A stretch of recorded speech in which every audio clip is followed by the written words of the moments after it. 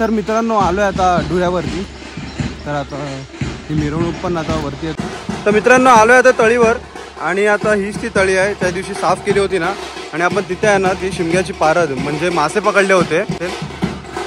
आणि ही तळी, हिला आमच्या इथे डुरा असंही म्हणतात।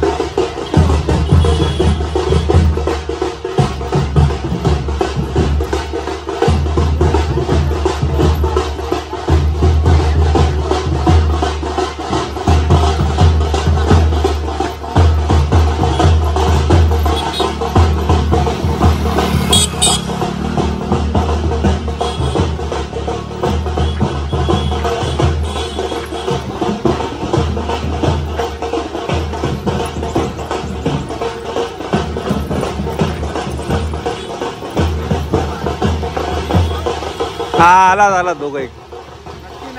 कलश कुठे आहे? कलश कुठे आहे? कलश कुठे आहे?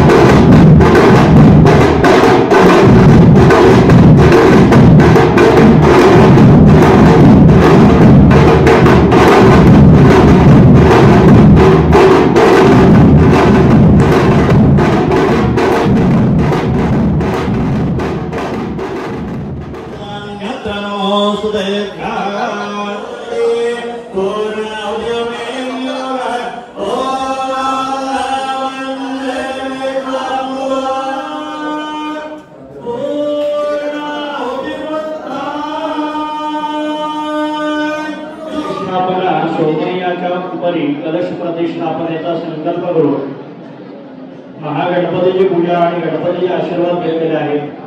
स्वस्ती पुण्यावरून सगळं मंगल कार्य व्हावं सतत या मंदिराकडून सर्वत्र ग्रामस्थ कुटुंबियांनी सोमय्यादी जे भक्तगण आहेत त्या सगळ्यांच्या मनोकामना परिपूर्ण व्हाव्यात. प्रत्येकाच्या घरामध्ये शांतता, आरोग्य, पुष्टी, समाधानाची वृत्ती प्राप्ती व्हावी. सोमय्याला अखंड कृपा आशीर्वाद पाठीशी असलेला पाहिजे. याकरता आपण पुण्यावचनचा विधी केलेला आहे. तसेच सर्व भक्तांमध्ये आयुष्यामध्ये त्यांना पुण्य करा. स्वस्ती म्हणजे मंगल कार्य, श्री म्हणजे लक्ष्मीची प्राप्ती व्हावी, आयुष्याची वृद्धी व्हावी, कल्याण प्राप्त व्हावं.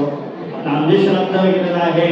त्याआधी आपल्याला मातृका पूजन केलं. आपल्यातून हिंसाचा हिंसेचा दोष परिहार होण्यासाठी मातृका पूजनाची पूजा केलेली आहे. नांदी श्राद्ध केलेलं आहे. पूर्वजांचे आशीर्वाद घेतलेले आहेत. त्यानंतर मुख्य देवतेच्या सोमयादी जे काही 12 देव आहेत त्या सगळ्या देवतेचे षोडशोपचार यथासंग पूजन केलेलं आहे. ग्रहशांती केलेलं आहे. ग्रहशांतीचं हवन केलेलं आहे. प्रत्येक ग्रहांना आहुती दिलेली आहे. ग्रहदेवतेला संतुष्ट केलेलं आहे. शुभस्थानामध्ये ग्रह असणं आवश्यक असतं मांगलिक कार्यामध्ये. याकरता ग्रहशांती करणं आवश्यक असतं. सगळ्या देवतेंचं प्रत्येक देवतेंच्या मंत्राने ज्या आपण प्रतिष्ठापनेला मंत्र त्या मंत्राने देवतेंचं हवन केलेलं आहे. त्यानंतर शिखर प्रतिष्ठापना सिद्धगिरी महाराजांच्या हस्ते वरती आपण ठेवलेलं आहे. कलश ठेवण्याचं उद्दिष्ट एक आहे. आपल्या हिंदू धर्मातील कलश हा दैवी उपस्थेचा प्रतीक म्हणून पूजा आहे. त्यामध्ये देवताचे सार आहे. याला आदराने वागवले जाते. कारण समारंभादरम्यान ही पवित्र ऊर्जा मंदिरामध्ये ठेवते आणि मानली जाते. महत्व कलशाला विविध हिंदू विधी पूजामध्ये महत्वाच्या भूमिकेसाठी उत्पन्न करते. मंदिर एक अशी एक जागा आहे जिथे जप आणि सकारात्मक जीवनाचा सराव केल्याने पृथ्वीवर एक विशेष दैवी ऊर्जा निर्माण होते. शास्त्रामध्ये असे मानले जाते की शब्दाने शब्दापासून कोणत्याही ठिकाणी ऊर्जा निर्माण होते. त्याला प्राण म्हणतात. देवतेला भौतिक रूप दिल्यावर त्याच्या समोर केलेल्या पूजेने संपूर्ण परिसर दैवी ऊर्जेने भरून जातो. याला म्हणतात मूर्तीचा अभिषेक आणि त्यानंतर सर्वसामान्यांच्या मूर्तीतून ऊर्जा जाणवते. याला मंदिर म्हणतात. असे मानले जाते की मंदिरातील लोकांच्या आध्यात्मिक साधना आणि सदाचारी वर्तनातून ऊर्जा निर्माण होते. पौराणिक मान्यतेनुसार लोक दररोज मंदिरात जाऊन देवाची पूजा करतात. परंतु काही कारणास्तव त्यांना मंदिरात जाता येत नाही. तर त्यांच्यासाठी शास्त्रात उपाय सांगितलेला आहे की जरी ते मंदिरात गेले नाहीत, मंदिरात जाण्याचे पुण्य त्यांना मिळाले नाही असे मानले जाते, तर तुम्हाला मंदिराच्या आत जाता येत नसेल तर तुम्ही बाहेरून मंदिराच्या शिखरावर जाऊन नमस्कार करू शकता. शिखराचा नमस्कार करू शकता. मंदिरातील मूर्तीचे दर्शन घेतल्याने जेवढं पुण्य प्राप्त होते तेवढं शिखराचे म्हणजे कलशाचे दर्शन घेतल्याने पुण्य मिळते असे मानले जाते. शास्त्रात अनेक ठिकाणी शिखर दर्शन पापनाशनम असे लिहिले आहे. म्हणजे शिखर पाहिल्यानंतर सर्व पापांचा नाश होतो. मंदिर उंचावून त्यावर शिखर बसवण्याचं कारण म्हणजे लोकांना मंदिराचं शिखर सहज पाहता येईल असे मानले जाते की जेव्हा तुम्ही मंदिराच्या बाहेरून जाता तेव्हा तुम्ही ध्वज आणि कलश यांना नमस्कार केला पाहिजे. शिखर पाहताना डोळे बंद करून आपल्या आवडत्या देवतेचे स्मरण केले तर ते मंदिरात गेल्याचं तुम्हाला पुण्य प्राप्त होते.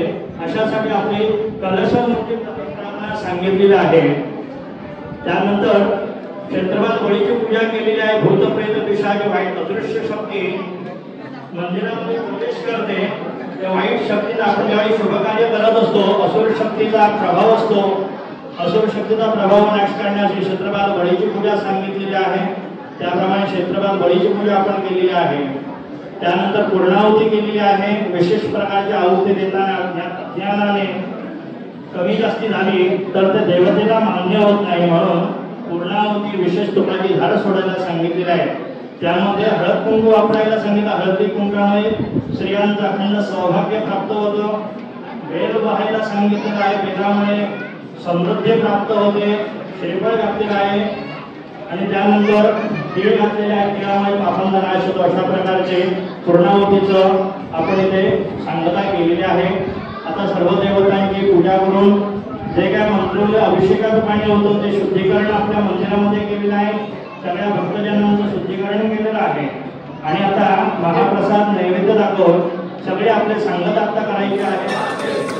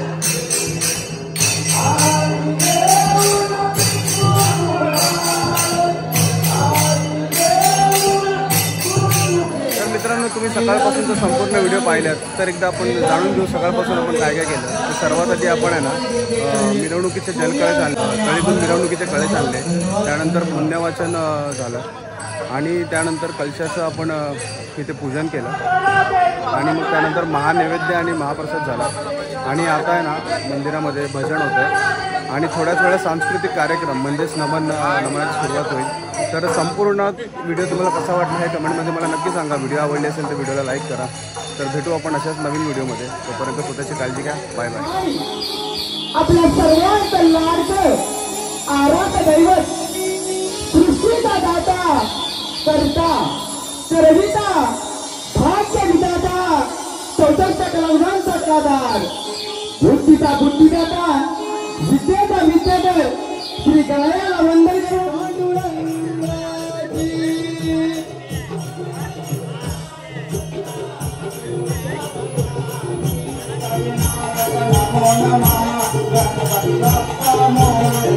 ओम गणपतये नमः।